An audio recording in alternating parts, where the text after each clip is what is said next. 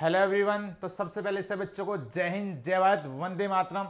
तो देखिए साथियों, जो भी बच्चे एनडीए 1 2022 की जो तैयारी कर रहे हैं उनके लिए बहुत कम टाइम बचा है। आप जानते हो लगभग 10 दिन आपके लिए बचे हैं।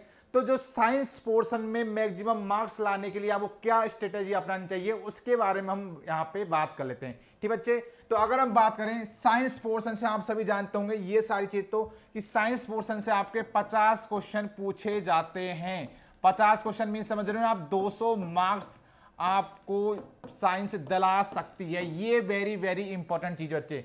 तो क्या कौन सी अप्रोच है जिससे हम और मैक्सिमम मार्क्स ला सकते हैं, मैक्सिमम क्या अप्रोच हमको लगाना चाहिए, तो उसके रिगार्डिंग मैं आपको कुछ चीजें बताने वाला हूं। सबसे पहले सब बच्चे देखिए, ज्यादातर सभी बच्चे मॉक टेस्ट लगा रहे होंगे। जो बच्चे सीरियस है वो सारे बच्चे कहीं ना कहीं किसी न किसी प्लेटफॉर्म से क्या कर रहे होंगे, मॉक टेस्ट लगा रहे होंगे। अब देखिए, आप मॉक टेस्ट को सारे बच्चों को लगाना है। लास्ट में मॉक टेस्ट ही सबसे ज्यादा इंपॉर्टेंट है, चाहे आप किसी भी प्लेटफॉर्म से लगा रहे हो। तो जो आप मॉक टेस्ट दे रहे हैं उसको आप एज ए एग्जामिनेशन के थ्रू दीजिए, मतलब एज ए एग्जामिनेशन समझ के दीजिए कि आप एग्जामिनेशन हॉल में पढ़ रहे हैं। बेसिक मतलब ऐसे नहीं नॉर्मली कि मॉक टेस्ट दे दिए कोई टेंशन नहीं, बिल्कुल कि आप एग्जाम में बैठे हैं, बिल्कुल पेपर के जैसे आपको सीरियसनेस से मॉक टेस्ट देना है और देखना है कि किस टॉपिक में मेरी कमी रह रही है और कौन सा टॉपिक मेरा स्ट्रांग है, उसको आप फोकस कीजिए। जो भी आपकी कमी है, जो भी आपको पता चल जाएगा कि कौन सा टॉपिक मेरा कमजोर है, तो उस पर आप फोकस कीजिए, उसको बार बार आप रिवाइज कीजिए। सेकंड चीज अगर बात करूं बच्चे, अप्रोच देखिए, सबसे मेन चीज यही होती है कि आपने मेहनत कितनी भी की हो, लेकिन उस 2.5 घंटे में आप कितने ज्यादा क्वेश्चन अटेम्प्ट कर पा रहे हैं वो डिसाइड करता है कि आपका सिलेक्शन होगा या नहीं होगा। देखिए, क्वेश्चन आने को तो बहुत सारे बच्चों को आते हैं, लेकिन उस पर्टिकुलर टाइम में आप कितने ज्यादा क्वेश्चन अटेम्प्ट कर पाते हो, सही क्वेश्चन कितने कर पाते हो, वो डिसाइड करता है कि आपका सिलेक्शन होगा या नहीं होगा। तो अपनी अप्रोच लगाइए। कहीं किसी बंदे की अप्रोच अलग होती है, किसी बंदे की अप्रोच अलग होती है, तो आप वहां पे एक्सपेरिमेंट कर सकते हैं किस अप्रोच के द्वारा मैं ज्यादा से ज्यादा क्वेश्चन अटेम्प्ट कर पा रहा हूं। थर्ड बच्चे देखिए, सबसे मेन इंपॉर्टेंट चीज यही होती है बच्चे, क्या रिवीजन, कि रिवीजन आप कितनी बार करते हो। तो देखिए, बहुत सारे बच्चों को दिक्कत ये होती है कि वो बार बार क्या करते हैं, बच्चे थ्योरी पढ़ रहते हैं, वो बार बार प्रैक्टिस नहीं करते, केवल और केवल थ्योरी पे फोकस करते हैं। तो बच्चे, अब इस टाइम पे आपको थ्योरी पे फोकस बिल्कुल नहीं करना। हाँ, रिवीजन आपको करना है, लेकिन मेरे बच्चों प्रैक्टिस के थ्रू आपको रिवीजन करना है। यहाँ पे थ्योरी को बिल्कुल छोड़ दीजिए। भाई थ्योरी तो आप कम से कम 5-6 बार कर चुके होंगे पहले ही, तो आप केवल और केवल आप प्रैक्टिस कीजिए। बस प्रैक्टिस से आपका रिवीजन बार बार हो जाएगा। जब प्रैक्टिस करोगे तो वो कॉन्सेप्ट आपके आएंगे, तो ऑटोमेटिकली आपका रिवीजन हो जाएगा। और सबसे मेन इंपॉर्टेंट जो बच्चे, नो न्यू टॉपिक। आपको कोई भी ऐसा चैप्टर नहीं पढ़ना है जो आपने पहले पढ़ा हुआ है और मतलब पहले पढ़ा हुआ नहीं है और अब आप पढ़ना स्टार्ट करते हैं बच्चे। गलत, ये बहुत गलत बैड थिंग है बच्चे, क्योंकि ये टाइम आपका न्यू चैप्टर पढ़ने का नहीं है। जो आपने पहले पढ़ चुके उनको और स्ट्रॉन्ग कीजिए, और किसके द्वारा,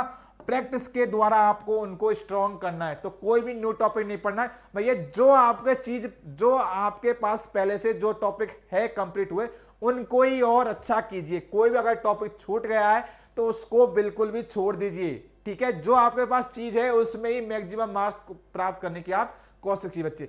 नेक्स्ट बच्चे, इंपॉर्टेंट टॉपिक। मैं आपको पहले बता चुका था इंपॉर्टेंट टॉपिक कि कौन से ऐसे इंपॉर्टेंट टॉपिक जिन पे आपको फोकस करना है, जिससे आप ज्यादा से ज्यादा क्वेश्चन अटेम्प्ट कर पाएंगे। तो चलिए एक बार और मैं आपको बता देता हूं साइंस पोर्शन में कि फिजिक्स, केमिस्ट्री और बायोलॉजी से कौन कौन से टॉपिक है जिनको कवर करके आप ज्यादा से ज्यादा क्वेश्चन अटेम्प्ट कर पाते हैं। सबसे पहले बच्चे अगर मैं बात करूं फिजिक्स की, देखिए फिजिक्स में सबसे पहले देखिए, जनरली आप बात करें फिजिक्स में आपके हर पेपर में से 20 से 24 क्वेश्चन आपके आते हैं। ठीक है, अगर बात करो बच्चे, फर्स्ट टॉपिक है आपका ऑप्टिक्स रहने वाला है। ऑप्टिक्स में जानते हो आप मिरर और बच्चे लेंस, कॉनकेव और कॉन्वेक्स मिरर, और कॉनकेव और कॉन्वेक्स लेंस से रिगार्डिंग की ऑब्जेक्ट कहां पे है तो उसकी इमेज कहां पे बनेगी, उसकी प्रॉपर्टी क्या होगी, वो सारी चीजें यहां से हमेशा पूछी जाती है बच्चे। हमेशा 2 या 3 क्वेश्चन तो उससे पूछ जाते हैं। एक आपके ऑप्टिकल इंस्ट्रूमेंट, टेलीस्कोप, माइक्रोस्कोप, यहां से पूछ लिया जाता है, और रिफ्रैक्टिव इंडेक्स वाले बच्चे। सेकंड है आपकी इलेक्ट्रिसिटी, ये भी इंपॉर्टेंट है बच्चे। सब ज्यादा क्वेश्चन तो किससे आते हैं, ऑप्टिक्स से। मान लो 6 से 8 क्वेश्चन हमेशा ऑप्टिक्स से आते हैं। फिर बच्चे इलेक्ट्रिसिटी, फिर बच्चे मैग्नेटिज्म की प्रॉपर्टी, ये सारी आपको पता होनी चाहिए। फिर बच्चे मैकेनिक्स, मैकेनिक्स बच्चे अच्छा टॉपिक है। इसमें मैं बात करूं मैकेनिक्स में सारा मतलब मोशन वाला चैप्टर बात कर रहा हूं मैं, मतलब इसमें 1D 2D प्रोजेक्टाइल सर्कुलर सब में इसी में बात कर रहा हूं, लॉ ऑफ मोशन सब इसी में आ जाएंगे, ठीक है मैकेनिक्स में। फिर बच्चे नेक्स्ट आपका ग्रेविटी से बच्चे बहुत छोटा टॉपिक है, ये मान लीजिए लगभग 2 आवर का टॉपिक है, लेकिन बच्चे इससे हमेशा एक क्वेश्चन इससे हमेशा आता है कि इक्वेटर पे क्या ऑब्जेक्ट है या फिर पोल पे ऑब्जेक्ट है तो किस तरह जी के वेरिएशन होगा। ये सारी चीज बहुत सिंपल टॉपिक बच्चे, तो इसको तो करके जाना ही आपको। और बच्चे नेक्स्ट टॉपिक बच्चे थर्मोडायनामिक्स। थर्मोडायनामिक्स में से हमेशा 2 या 3 क्वेश्चन पूछ लिए जाते हैं। इनमें से बेसिक एक तो आपको टेम्परेचर मेजरमेंट से रिगार्डिंग क्वेश्चन पूछा जाता है कि केल्विन में टेम्परेचर दे रखा है, आपको सेल्सियस चेंज करना है या फिर आपको फ़ारेनहाइट में चेंज करना है। इस तरह के क्वेश्चन आपके हमेशा यहां से बनते हैं। तो ये सारे टॉपिक बच्चे आपको कवर करने के जाने, ठीक है। नेक्स्ट बच्चे अगर बात करूं केमिस्ट्री में, देखिए केमिस्ट्री में अगर बात करूं तो केमिस्ट्री में आपके 18 से 20 क्वेश्चन आपके ईच पेपर में पूछ लिए जाते हैं। सबसे पहले बच्चे आपको इसमें बेसिक ऑफ केमिस्ट्री आना चाहिए, मतलब इसका मॉलिक्यूल मतलब एटॉमिक मास कितना है, एटॉमिक वेट कितना है, ये सारी चीजें, इसकी स्ट्रक्चर क्या है, ये सारी चीजें आपको आनी चाहिए बच्चे। सेकंड इंपॉर्टेंट टॉपिक है एसिड बेस और साल्ट बच्चे, ये भी इंपॉर्टेंट होंगे सबसे पहले। उसके बाद बच्चे कार्बन और इट्स कंपोनेंट बच्चे, ये इसमें से हमेशा शानदार क्वेश्चन 3 या 4 क्वेश्चन तो आसानी से इसमें से पूछे ही जाते हैं। कार्बन और कार्बन के क्या कंपोनेंट्स बच्चे, डायमंड, फुलरीन, ग्रेफाइट, इनके रिगार्डिंग क्या स्ट्रक्चर है, क्या क्या इसकी प्रॉपर्टी, ये सारे बच्चे। फिर बच्चे नेक्स्ट आपका कौन सा केमिकल रिएक्शन बच्चे, सारी केमिकल रिएक्शन आपको आनी चाहिए। ये बच्चे बहुत अच्छा टॉपिक है। तो ये आपके इंपॉर्टेंट टॉपिक बच्चे केमिस्ट्री के, ठीक है। नेक्स्ट बेटे अगर हम बात करें किसके बारे में, बायोलॉजी के। अब देखिए बायोलॉजी में कौन कौन से इंपॉर्टेंट टॉपिक है। बायोलॉजी से हमेशा ईच पेपर में आपके 8 से 12 क्वेश्चन हमेशा आते हैं। सबसे इंपॉर्टेंट टॉपिक बच्चे कौन सा, सेल। और सेल को अगर बात करें तो सेल पूरे बायोलॉजी का एक बेसिक बच्चे, अगर आपको सेल टॉपिक कंप्लीट नहीं है तो ये मान लीजिए पूरे टॉपिक मतलब पूरे जब आप बायोलॉजी पढ़ेंगे तो पूरे टॉपिक में आपको प्रॉब्लम रहेगी। तो सेल तो बिल्कुल बच्चे बेसिक और सबसे ज्यादा हमेशा 3 से 4 क्वेश्चन तो 3 क्वेश्चन तो हमेशा सेल से पूछ ले आते हैं, ठीक है। फिर बच्चे सेकंड आपका टिश्यू, प्लांट टिश्यू और ह्यूमन टिश्यू दोनों आपको पढ़ने। फिर बच्चे डिजीज सारी डिजीज आपको पढ़नी है। डिजीज में भी मेन ध्यान रखना कौन कौन सा इसके पैथोजन आपको याद रखने की, कौन सा पैथोजन है जिसकी वजह से ये डिजीज होती है वो ध्यान रखना बच्चे।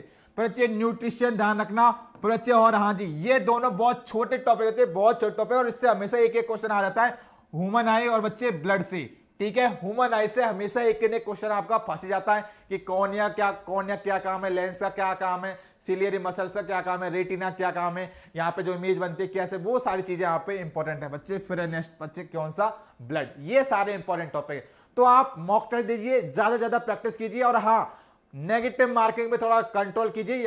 जब आप मॉक टेस्ट देंगे तो अपने आप को आप क्या होगा, आपको रियलाइज होगा कि कहां पे मेरी गलती हो रही है, तो उस गलती को सुधारिए।